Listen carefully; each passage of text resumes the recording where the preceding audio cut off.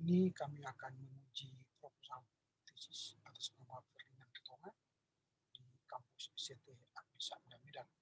Kiranya ujian proposal ini memenuhi persyaratan untuk dijadikan menjadi sebuah penelitian magister teologi. Selamat ujian. Pagi Pak, pagi.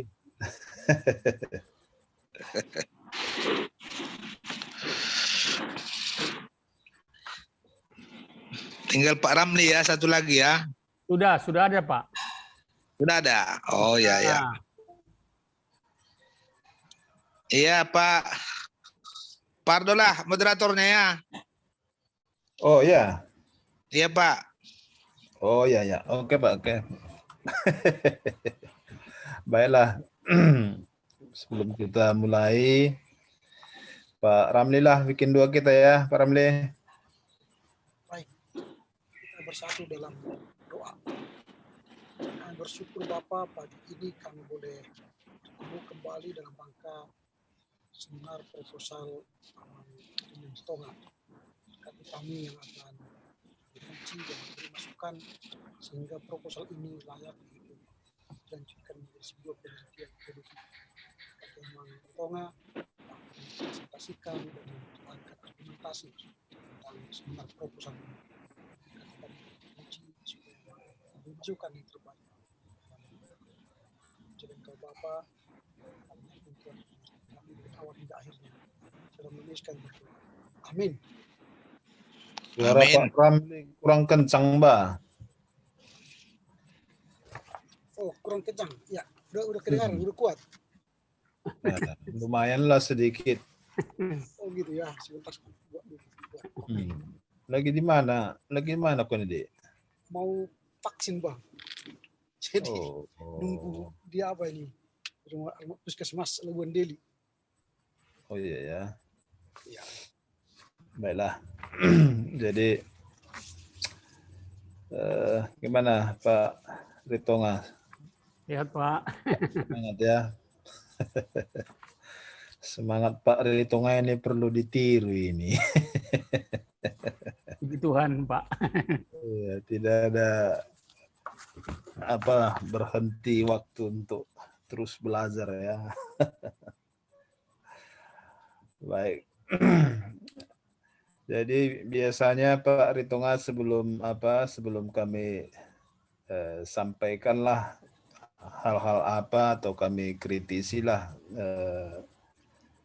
proposal ini, kami sampaikan dulu waktu ke Pak Ritonga 3-5 menit untuk menyampaikan kira-kira gambaran judul dan subjudul. Silakan Pak Ritonga. Terima kasih Pak. Jadi judul yang saya ambil ini peranan khotbah dalam ibadah pada setiap kebaktian hari Minggu dan rumah tangga dalam upaya meningkatkan pertumbuhan iman jemaat.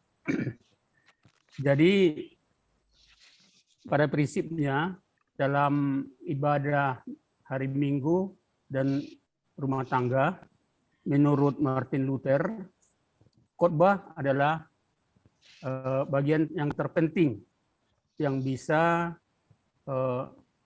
mengubah keimanan atau kerohanian dari anggota jemaat. Kemudian dalam tulisan ini, kalau kita lihat khotbah lebih sering digunakan untuk penguatan atau penghiburan jemaat. Jadi ada jemaat yang sakit, ada yang jemaat yang mengalami kesusahan, penderitaan dan sebagainya. Khotbah itu lebih cenderung dibuat untuk penghiburan dan penguatan. Sedangkan menurut Martin Luther, sebetulnya yang paling utama adalah bagaimana menemukan iman jemaat itu supaya mereka lebih dekat kepada Tuhan, lebih memuliakan Tuhan, lebih menggantungkan hidupnya kepada Tuhan, sehingga di dalam menjalani dalam menjalani kehidupan sehari-hari selalu bergantung kepada Tuhan dan selalu menyerahkan hidupnya kepada Tuhan, sehingga mereka secara perlahan-lahan akan bertumbuh. Jadi kalau khotbah itu yang bisa meningkatkan, menumbuhkan iman jemaat, diharapkan bahwa jemaat itu akan lebih kuat di dalam menjalani hari-harinya kehidupan sehari-hari. Kemudian dari beberapa referensi yang saya dapat itu mengenai khotbah yang disampaikan pengkhotbah, banyak hal-hal yang membuat anggota jemaat tidak tertarik. Ada di sini ada beberapa, misalnya dari bukunya Miller PM, judulnya Pendeta Juga Manusia. Khotbah yang disampaikan kualitas yang sama dengan obat tidur, misalnya. Kemudian khotbah menjadi tertawaan karena ilustrasi tidak tepat yang dikhotbahkan. Khotbah susah dimengerti oleh jemaat dan lain sebagainya. Jadi dalam proposal saya ini ada beberapa buah yang saya sampaikan.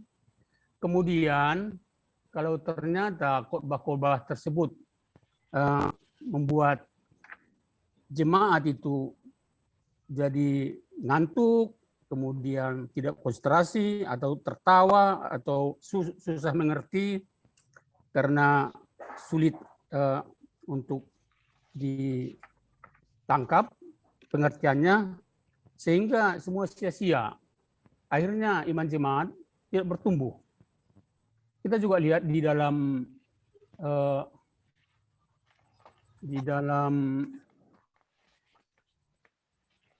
Markus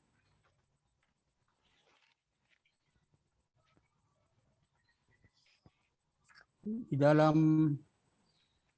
Markus 4 ayat 33 sampai 34 itu ditulis dalam banyak perumpamaan dan semacam itu ia memberitahukan firman kepada mereka sesuai dengan pengertian mereka. Dan tanpa perumpamaan, ia tidak berkata-kata kepada mereka. Tetapi kepada murid-muridnya, ia menguraikan sesuatu secara tersendiri. Artinya, Tuhan Yesus juga menyampaikan firman Tuhan, pengajaran dan sebagainya, khususnya kepada masyarakat awam. Dia menggunakan perumpamaan agar sesuai dengan pengertian dari masyarakat yang pendengar. Tapi kepada murid-muridnya dia caranya lain. Tuhan Yesus menguraikan dengan sesuatu itu tersendiri. Sehingga kalau kaitan dengan kondisi saat ini, di mana khotbah sulit diterima oleh jemaat, hal ini akan berpengaruh kepada penerimaan dan pertumbuhan imannya.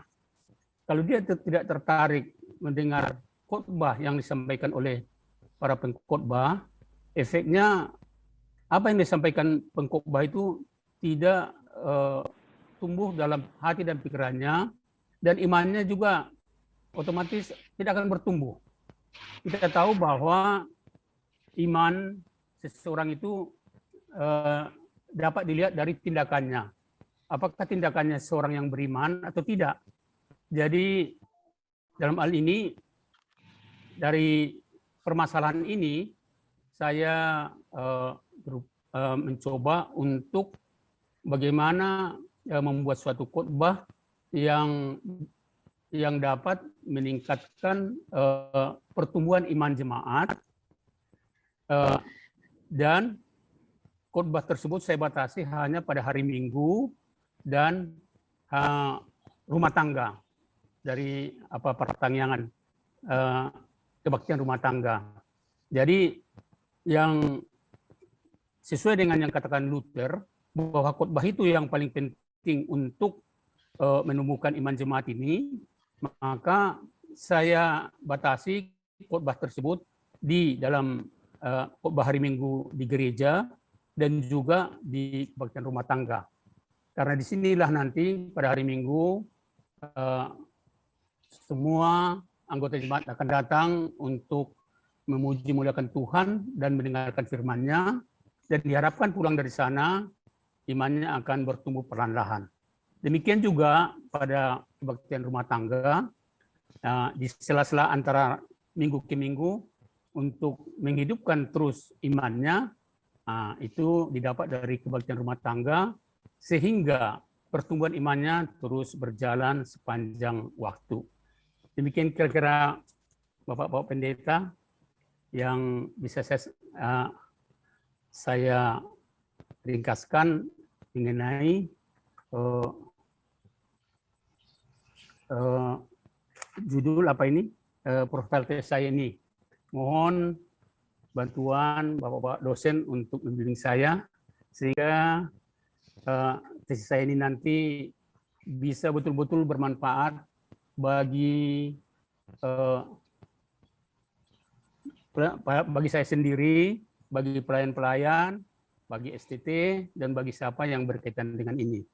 Demi untuk kemuliaan bagi nama Tuhan. Demikian Pak Pendeta Munte dan Bapak-Bapak Pendeta yang lainnya. Terima kasih. Terima kasih. Jadi sekarang tibalah untuk kita, siapa duluan? Pak JP dulu, Pak. Bapak dulu lah, Pak. Aku dulu. Enggak belakang. Bapak kan dosen. Homili 3 juga. Ahlinya dogma. Dogmatika. Saya dulu. Cuma Pak Munte di dalam hal ini belum saya bahas mengenai dogma.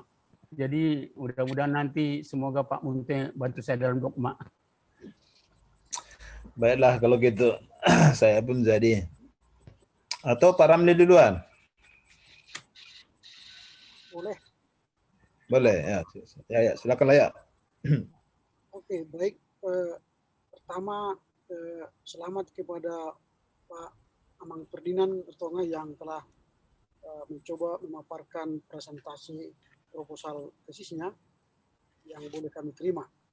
Kami akan mencoba memasukkan beberapa masukan sehingga nanti garapan penelitian ini akan semakin mantap ke depannya. Nah, saya mulai dari perumusan masalah. Dari perumusan masalah dari judul rencana tesis ini, peranan khotbah dalam ibadah pada setiap kebaktian hari Minggu dan rumah tangga, dalam kurung, dalam upaya meningkatkan pertumbuhan iman jemaat. Nah, saya kembali langsung ke perumusan masalah karena inilah sebenarnya pertanyaan penelitian dalam rangka mencapai tujuan judul tesis ini. Kalau Amang membuat pertanyaan penelitiannya ialah apakah, apa dan bagaimana teori khotbah yang kontekstual. Nah, ini tidak merujuk pada judul penelitian. Karena tadi Amang menjelaskan bagaimana pergeseran yang terjadi antara khotbah yang diinginkan oleh Luther menjadi khotbah yang menghibur, khotbah yang tertawaan, khotbah yang obat tidur, dan khotbah yang sulit dimengerti. Iya. Itu kenyataan, itu namanya das saying. Sementara das solen, bagaimana khotbah itu menumbuhkan iman. Itu yang diharapkan oleh Luther. Jadi pertanyaan penelitiannya yang perlu dibangun sebenarnya adalah mengapa peran khotbah dalam ibadah Minggu dan ibadah keluarga bergeser dari memberikan pertumbuhan iman menjadi khotbah yang hanya menghibur, tertawaan, obat tidur, dan sulit dimengerti. Ini yang perlu diteliti Amang sekarang. Baik. Nah, pertanyaan yang kedua, bukan apakah dan bagaimanakah teori penafsiran Alkitab.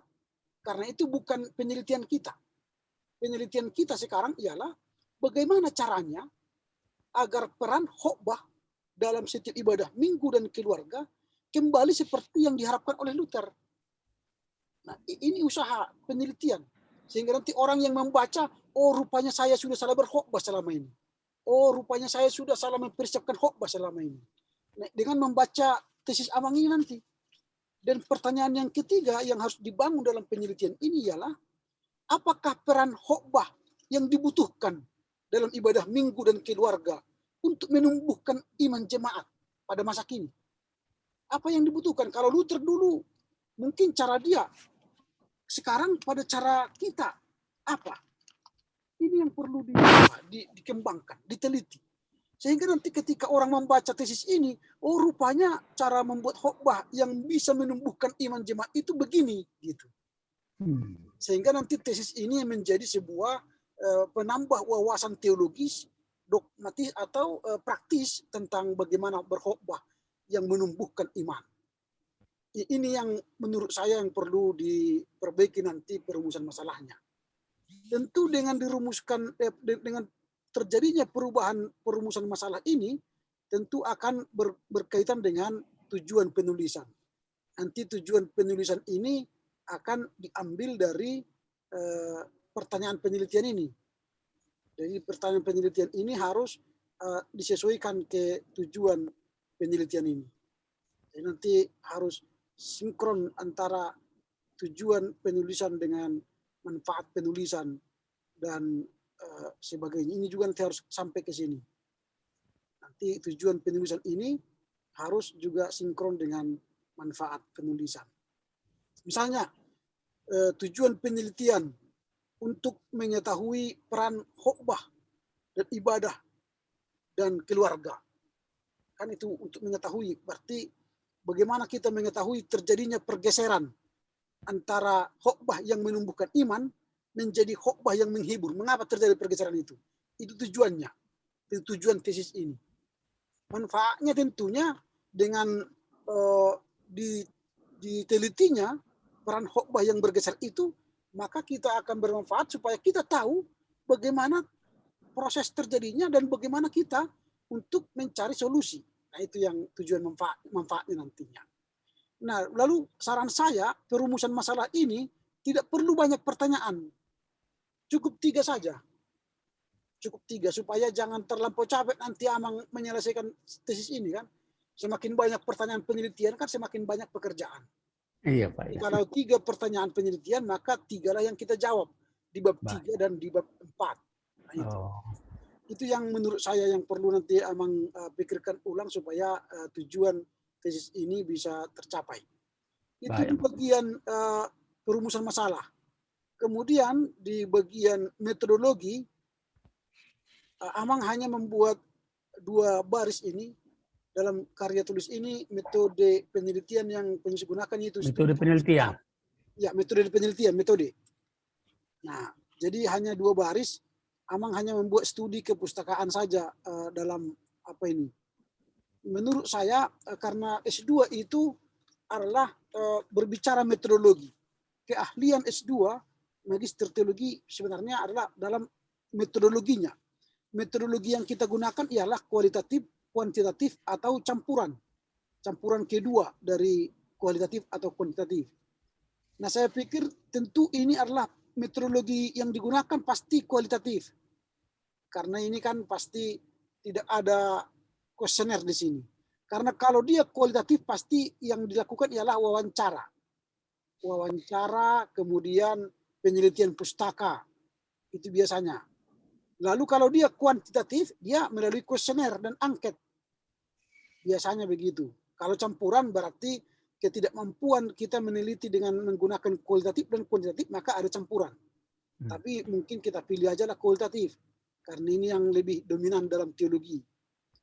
Nah, yang terakhir dari saya ialah sistematika penulisannya di bab 2 nanti lebih pada mengarah kerangka teori dan konseptual, dan nanti di bab 3 itu mengarah pada analisa dan hasil penelitian, dan di bab 4 nanti itu mengarah pada relevansi penelitian. Bagaimana penelitian ini relevansinya kepada para pengkhotbah masa kini. Itu. Dan paling terakhir sekali ya catatan kaki dan kepustakaan memang harus menggunakan standar yang kita sepakati di ST. Yang kita gunakan ialah Turabian. Jadi memang catatan kaki Amang masih harus diperbaiki. Misalnya kalau kita lihat di catatan kaki yang pertama, misalnya yang ini, catatan kaki nomor 1 langsung amang buat pembaruan pelayanan mimbar halaman 220. Nah, langsung ibit misalnya, baru dicatat, Oh iya, iya dicatat Pak. berikutnya. Seharusnya nama pengarang. Ya, harus Maaf, Pak. digunakan apa namanya ini, kalau di penulisan yang baku, kalau pakai Turabian, selalu pertama itu nama penerbit, kota penerbit, misalnya Ginting. Ini harus misalnya EP Ginting, garis miring Homiletika, Yogyakarta, Andi, baru tahun 2013, tutup kurung, baru halaman 132. Nanti ini mungkin Amang bisalah lihat nanti pelajari bagaimana cara menulis catatan kaki yang baik. Demikian dari saya, moderator. Terima kasih. Pak Ramli. Ya. Perjelas dulu metode penelitian tadi. Metode penelitian ini kan dibuatnya hanya kepustakaan. Ya. Sementara yang dijelaskan Pak Ramli tadi lapangan. Pilihlah metode apakah kualitatif atau kuantitatif, kan begitu? Ya. Jadi arahan Pak Ramli soal ini bagaimana ini? Apakah harus juga ke lapangan? Nah, kalau Amang Ritonga nanti memilih kualitatif, itu tidak perlu ke lapangan karena dia hanya wawancara kan, atau kepustakaan murni bisa. Wawancara pun kan harus lapangannya itu. Kuantitatif, yang kualitatif tidak. Bisa Nah, dia wawancara. ya wawancara pun kan ke lapangannya itu. Oh iya betul. Pak Ramli ini. Ya betul. Semua sebenarnya pasti ke lapangan, baik kualitatif dan kuantitatif. Cuma ke lapangan kalau kualitatif dia wawancara, kalau kuantitatif dia menyebar angket atau kuesioner. Enggak masukku, yang perlu penegasan dari Pak Ramli, apakah cukup beliau ini hanya di meja, di perpustakaan, atau harus ke lapangan? Menurut saya supaya lebih bagus ke lapangan, ada wawancara. Begitu ya. Ya. Oke. Cukup, itu aja. Ya. Nah, sekarang saya Bang JP. Ya, kamu lah Pak. Kamu karena berkhotbah ini. Makasih. Paling biblikalnya soal tafsiran. Ya. Ya. Pertama dulu saya mau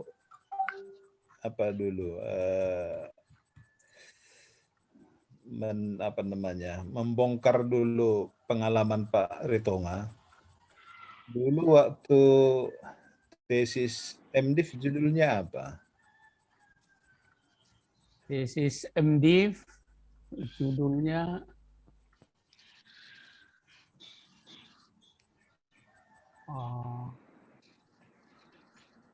khotbah juga, Mang. Ya, bukan sama dengan ini.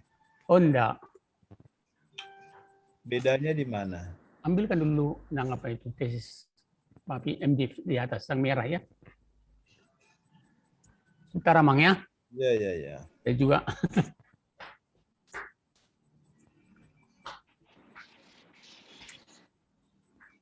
Nah, sebelum ke situ ya. Iya, Pak. Nah, nanti ini tinjauannya dari teologi apa ini? Di tinjauannya yang saya buat itu dari teologi etika sama dari homiletika. Nggak boleh digabung, harus pilih satu. Pak Ritonga jurusan apa di MTH ini? Jurusan Perjanjian Baru. PB ya? Iya, kemarin itu selesai di pastoral. Katanya kurang luas mengenai Perjanjian Baru. Kemudian saya pindah ke Perjanjian Baru, kira-kira gitu, Pak Pendeta. Oh. Kenapa tesisnya tidak Perjanjian Baru? Kenapa jadi ke praktika?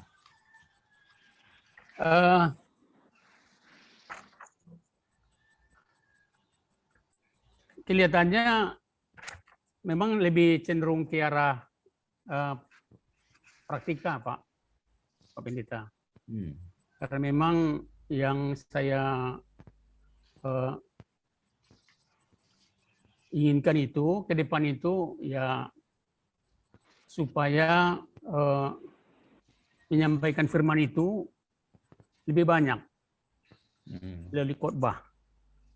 Jadi di dalam PB itu hanya untuk mengetahui lebih mendalam mengenai isi PB. Nah, tapi sebetulnya tujuan saya itu hanyalah bagaimana menyampaikan firman Tuhan ini sebaik mungkin sehingga mereka yang mendengarkan itu imannya bisa bertumbuh. Kira-kira begitu Pak Pendeta. Kalau kita membahas perjanjian baru, kita katakanlah misalnya menafsir ya. Tentu hasil tafsiran itu kan harus ada refleksinya. Iya.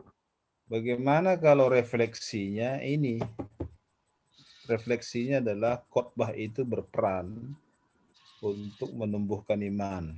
Seperti yang dijelaskan Pak Ritonga dan Pak Ramli tadi. Bisa Pak. Ya, tapi dasarnya Pak Ritonga harus dari perjanjian baru. Baik. Pak Ritonga harus ambil tadi misalnya Markus tadi kan. Iya.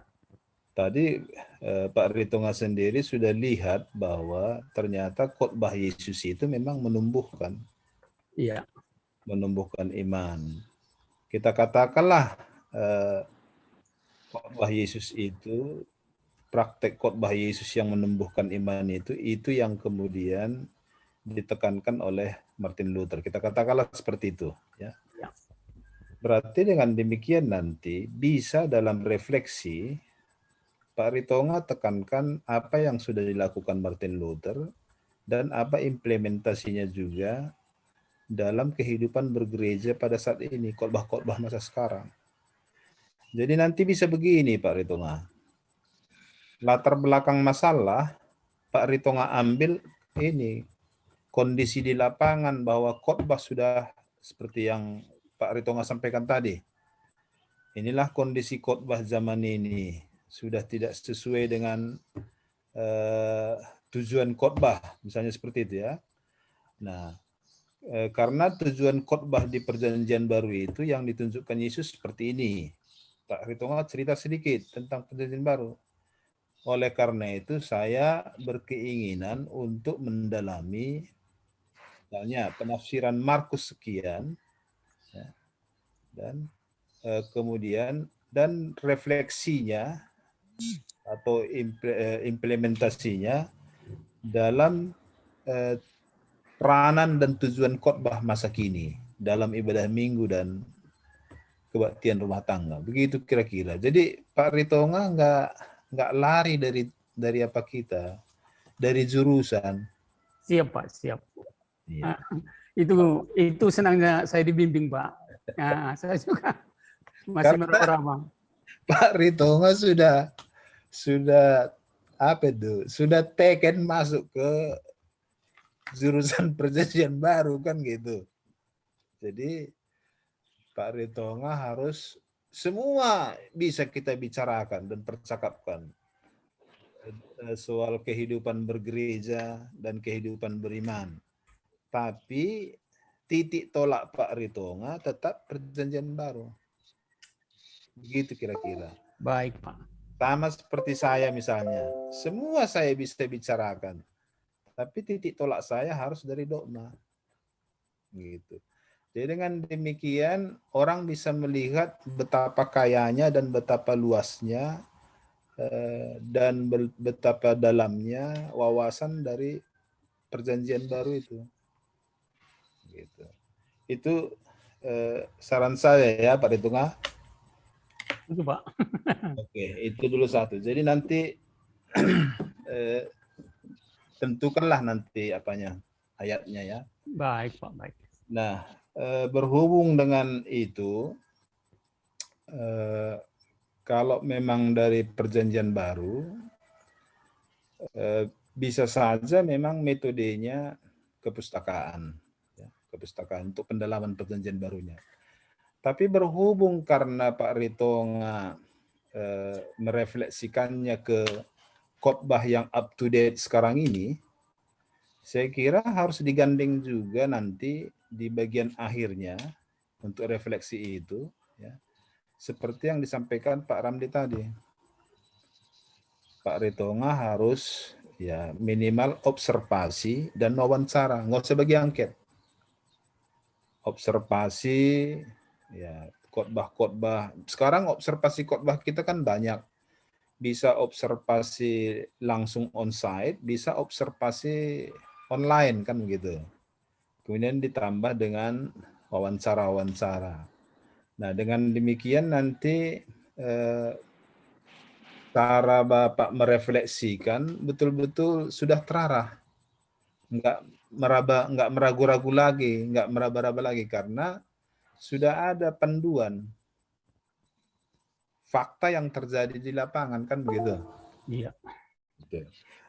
Kemudian ini tinggal apalah ini, tinggal beberapa saran-saran lah, saran-saran begini. Yang pertama,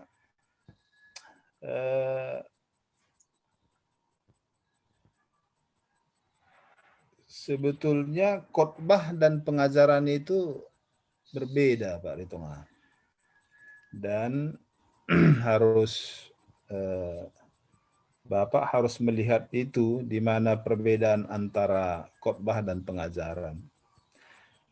Meskipun khotbah itu mengandung pengajaran dan memang mengandung pengajaran ya, tetapi dalam prakteknya memang khotbah dan pengajaran itu berbeda. Jadi harus mana tahu nanti Pak Ritonga mengambil apa? Mengambil rujukan ya, rujukan ayat ya atau rujukan buku, harus dibedakan antara khotbah dan pengajaran. Itu satu. Kemudian yang kedua, isi latar belakang masalah jangan dituliskan dengan bentuk identifikasi, tapi harus dideskripsikan. Ya, dideskripsikan, diceritakan. Ya, diceritakan. Itu kalau latar belakang masalah. Supaya ini hanya soal apa ini? Soal cara menuliskan ya, cara menuliskan. Kemudian identifikasi masalah janganlah menjadi ulangan dari latar belakang masalah. Jangan dia ada copy paste seperti itu, jangan ulangan. Memang isi identifikasi itu adalah yang diambil dari latar belakang masalah, tapi tentu dengan kalimat yang berbeda, kalimat identifikasi.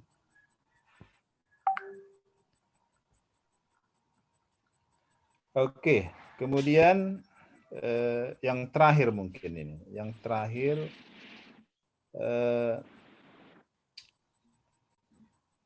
tadi Pak Ritonga katakan kami. Martin Luther menyampaikan bahwa tujuan khotbah itu adalah menumbuhkan iman. Kira-kira rujukan Pak Ritonga itu dari mana bukunya?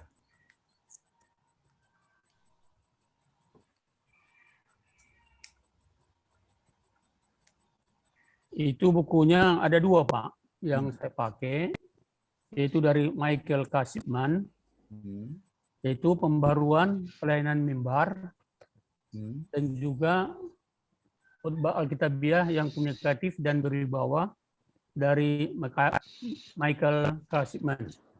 Di sini ada Pak Ritonga kutip di latar belakang masalah ini. Ada di halaman berapa? Sebentar Pak ya.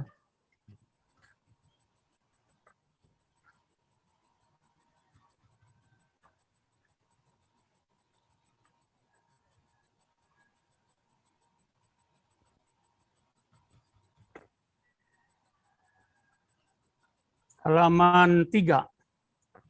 Halaman 3, Pak. Halaman 3 ya. Catatan kaki ke ke-8. Tapi tidak ada disebut di sini nama Martin Luther ya. Martin Luthernya itu dari apa? Dari buku Pak Epe Ginting. Oh, itu sudah saya lihat di sini tidak ada kesan atau penekanan seperti itu. Oh, Nah, jadi nanti Bapak cek ya. iya. Nah, karena begini Pak Ritonga, apa beda GBKP dengan GKPI? GKPI duluan pengakuan iman rasuli baru khotbah. GBKP khotbah dulu baru pengakuan iman rasuli. Bapak tahu apa artinya itu? Di protes di kita yang menganut ajaran Luther, kita percaya dulu baru dikhotbahi. Itu berarti bahwa khotbah itu diberikan kepada orang percaya. Tujuannya apa? Tujuannya adalah supaya orang percaya itu ya, dia tetap setia, kemudian dia diteguhkan. Jadi kepercayaannya diteguhkan dan dia dihibur. Begitu. Jadi memang tujuan khotbah itu adalah peneguhan dan penghiburan. Sementara di GBKP tujuan khotbah itu adalah supaya orang percaya. Supaya imannya bertumbuh dan juga imannya diteguhkan. Jadi fungsi khotbah itu adalah menumbuhkan kepercayaan. Begitu. Jadi mungkin yang Bapak kutip tadi adalah aliran Calvin. Nah, itu makanya Bapak apa nanti ya, Bapak periksa bagus-bagus ya. Baik, Pak. Baik. Periksa bagus-bagus nanti. Saya kira itu dari saya. Sekarang dilanjutkan Pak JP. Silakan Bang. Oke Pak Pardo. Jadi saya mau tanya ini Pak Ritonga ini. Iya, Pak. Dari proposal Bapak ini di mana terlihat unsur biblikanya, unsur PB-nya? Unsur PB-nya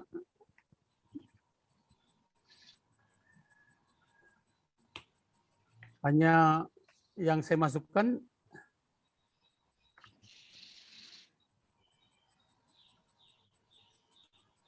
di halaman 1, Pak. 1 Korintus 11 sampai 12. Latar belakang. Kemudian mengenai Markus 1 ayat 38 sampai 39, yaitu tentang penyembuhan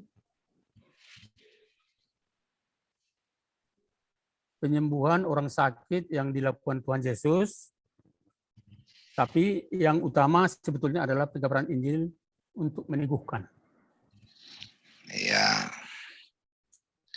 Nah, sesuai dengan yang dikatakan oleh Pak Pardo tadi, tesis Bapak ini tesis perjanjian baru, Pak. Oh iya, Pak. Jadi itulah dahulu didepankan. Didepankan dulu teks perjanjian baru dalam latar belakang itu, Pak.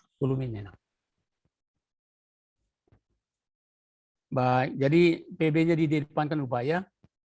Iya, Pak. Jadi katakanlah umpamanya Yesus bagaimana dia berkhotbah, bagaimana dia mengajar, bagaimana dia menumbuhkan iman, begitu.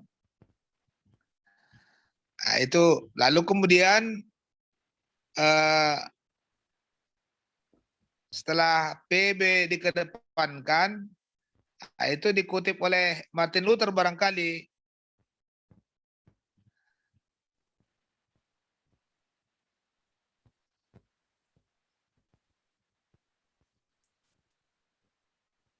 Lalu kemudian yang ketiga tadi fakta lapangan tentang pergeseran khotbah itu yang tidak lagi seperti seharusnya das solen, tapi realitanya banyak masalah-masalah sebagaimana Bapak kemukakan tadi di situ. Jadi berdasarkan itu Bapak merumuskan judul proposalnya. Nah, jadi judul proposalnya judul PB, Pak.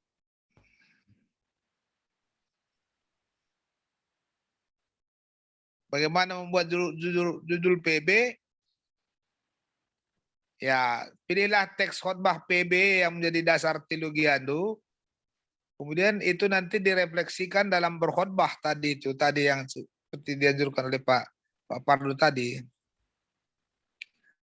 Nah, teks mana yang paling menonjol dalam PB tentang berkhotbah sebagai penguatan iman? 1 Korintus tadi apa itu? 1 Korintus 11:12. Dari 1 Korintus 11 dan Korintus 11. Artinya isinya itu Pak mengenai keteraturan di dalam pelaksanaan ibadah. Oh, keteraturan beribadahnya itu ya. Nah, jadi teks yang mengatakan bahwa berkhotbah itu menguatkan iman lah dibuat. Apakah penyembuhan itu juga menguatkan iman? Nah, mungkin itu bisa juga dipakai. Tapi kelihatannya dalam penyembuhan itu nanti bergeser pula perhatian orang kepada penyembuhan pula nanti kan. Mujizat. Carilah teks menyangkut penguatan iman gitu Pak ya. Baik Pak, baik.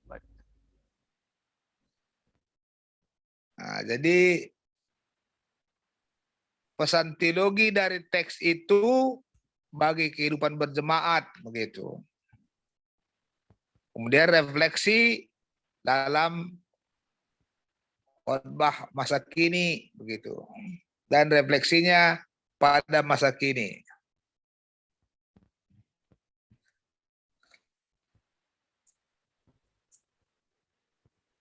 Nah, jadi kalau begitu Bapak tetap konsisten sebagai orang PB gitu Pak. Nanti tentunya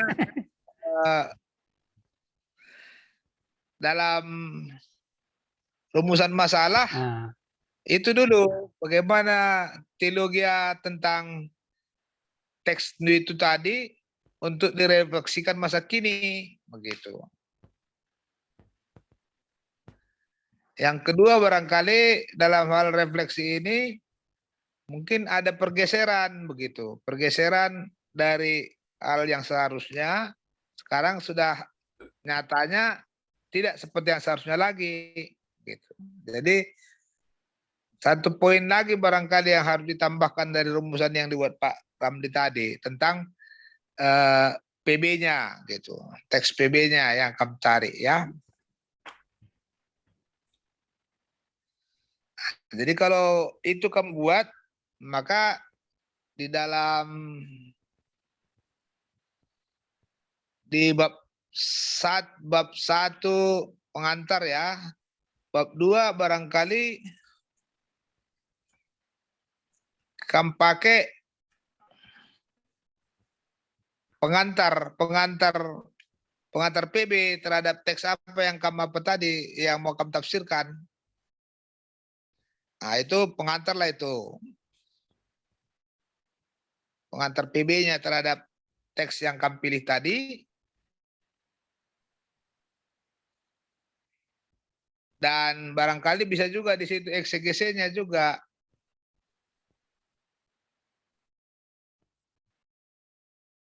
Tafsirannya Pak. Tafsirannya. Nah, bab 3 barangkali itu tadi, refleksi tadi. Kaitan teks itu dengan tradisi Luther dan peranan khotbah sebagai memperkuat iman jemaat.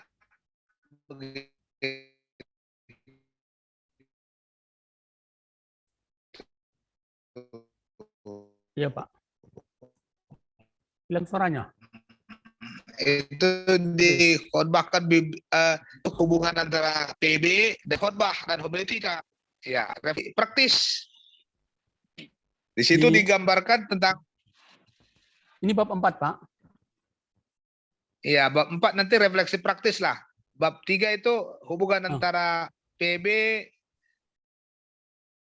dogmatika dan homiletika barangkali kalau mau dibuat begitu.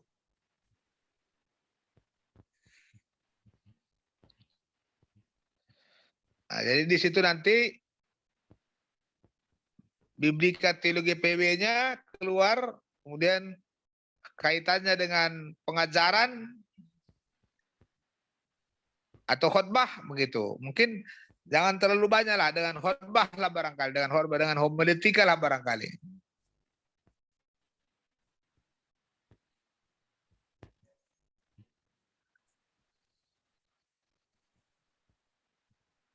Nah, lalu bab 4 relevansinya masa kini begitu. Relevansinya masa kini. Relevansi teks tadi pada masa kini. Nah, nanti di situ diuraikan bagaimana hasil tentang pergeseran tadi, pergeseran sikap jemaat atau pergeseran sikap pengkhotbah dalam menyampaikan pesan Alkitab begitu.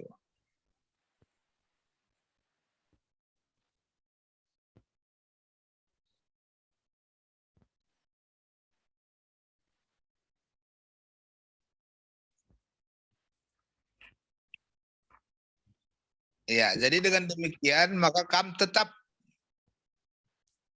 mengedepankan bidang perjanjian baru itu. Oh, baik, Pak. Baik. Bidang perjanjian baru itu basisnya pesannya di situ, lalu diterapkan dalam kehidupan masa sekarang melalui dogmatika. Dogmatika tadi barangkali pandangan Martin Luther lah barangkali karena gereja GKP Lutheran kan begitu. Nah, bagaimana pandangan Lutheran terhadap khotbah gitu.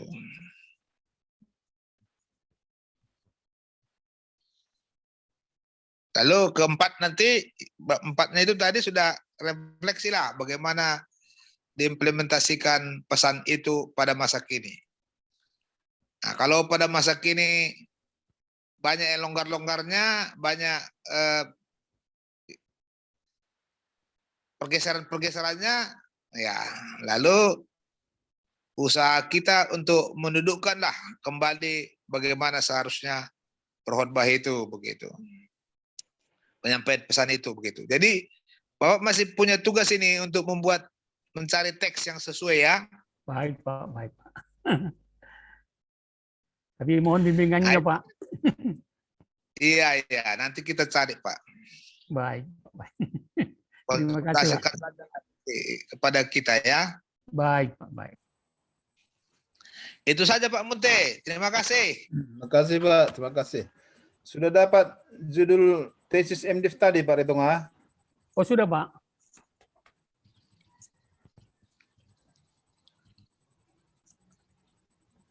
Di sini judulnya, Pak, khotbah dan pengaruhnya terhadap tri tugas gereja di Jemaat GKP Sidoarame Medan. Itu tinjauan terhadap tri tugas gereja. Tinjauannya apa? Tinjauan teologi apa?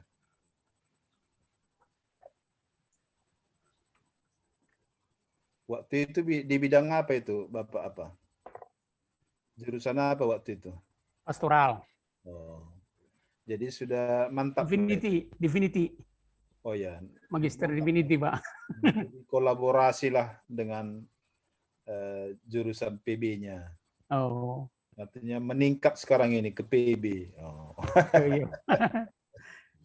Tapi dogmanya nanti, Pak. Tolong dibantu dogma. Ya, kita diskusi nanti. Iya.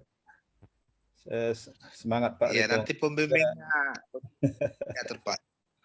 Udah. Punya bapak-bapak dosen bantu saya. Udah usia berapa sekarang Pak Ritonga? Iya, Pak. Usia berapa sekarang Bapak? Apanya? Umur. Eh, Jalan 68. Oh, mantap, Pak. Puji Tuhan masih sehat sampai sekarang, Pak. Jadi semangat itu luar biasa kan gitu. Jadi Iya. betul-betul jadi contoh untuk kami. Terima kasih, Pak. Ada waktu berhenti untuk belajar ya kan. Mantap, Pak, luar biasa, Pak. Baiklah. Jadi masih ada Pak Ramli. Cukup Bang, cukup. Tunggu. Terima kasih, Pak. Baik, jadi kita akan akhiri ya. Pak Rito ngalah bikin dua kita ya. Baik, Pak, baik. Kita berdoa. Kami kembali datang ke depan-Mu Tuhan, kami mengucapkan syukur dan terima kasih karena kami merasakan kasih setia Tuhan yang menyertai kami di dalam ujian seminar proposal ini. Sudah banyak diberikan masukan-masukan dari Bapak dosen kami, Bapak Pendeta Munte, Pak Pendeta Pranginangin, dan juga Pak Pendeta Rahab. Biarlah Tuhan semua masukan itu dapat kami selesaikan dengan baik, sehingga proposal kami ini dapat kami tingkatkan menjadi tesis yang pada dasarnya kami buat dan susun untuk kemuliaan nama Tuhan saja. Pada kami serahkan seluruh dosen-dosen kami, karena Tuhan juga menyertai mereka dalam tugas-tugasnya, menjauhkan segala bahaya, dan memberkati seluruh pekerjaannya. Terpuji nama-Mu Bapa, inilah doa permohonan kami, yang kami panjatkan di dalam nama anak-Mu, Tuhan Yesus Kristus, penebus dan juru selamat kami yang hidup. Amin. Amin. Amin. Oke. Baik Pak Ritonga, selamat pagi. Selamat pagi kembali, Pak. Salam sehat. Salam sehat. Tutup. Nah. Selamat jalan Pak Harahap. Pulang ke Sidempuan ya? Ya, sebentar lagi mau sinode.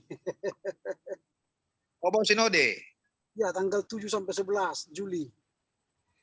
Oh, begitu ya. Oh, 7 sampai 11 Juli ya. Ngomong, kan tidak enak kita keluar. Oh, jadi bukan hari ini Bapak ke sana. Sekarang mau vaksin dulu. Vaksin kedua. Nunggu Vaksinnya dulu di mana Pak? di Labuan Deli, Puskesmas. Oh, Labuan Deli. Oh, begitu ya. Oke lah Pak ya. Oke Pak Ramli, silakan. Saya tutup apa nih ya? Jumnya ya. Terima kasih, Pak. Bentar dulu Pak Ramli. Ya. Bentar. Oh. Pak Ritonga kalau boleh bisa apa dulu? Di luar Bisa keluar, Pak ya. ya. Baik, terima kasih Pak semuanya, Bapak dosen kami. Matikan, Mang. Udah, suruh keluar. Jadi gimana kita bikin catatannya Pak JP? Iya, perbaikan proposal lah Pak. Judulnya usulkanlah apa gitu. Lalu tambahan-tambahan dari Pak Ramli tadi itu sangat mendasar itu. Tapi usul Bapak supaya dia tetap konsisten dalam perjanjian baru, kita buatlah tambahan catatannya itu. Oke, kurasa itu kita tegaskan itu ya. Iya. Harus Nggak usahlah di ujian proposal lagi begitu. Sudah oke lah itu kalau dia perhatikan semua catatan-catatan yang kita buat. Iya, karena kalau kita suruh ujian lagi patah pula di semangatnya kan. Itulah kita buat supaya jangan capek dia. Ya, tapi kita tegaskan ya Pak Ramli supaya di PB dia ya. Ya, betul. Oke, udah itu aja yang perlu kita sepakati. Betul. Oke lah ya. Yuk, waras. Ya Pak.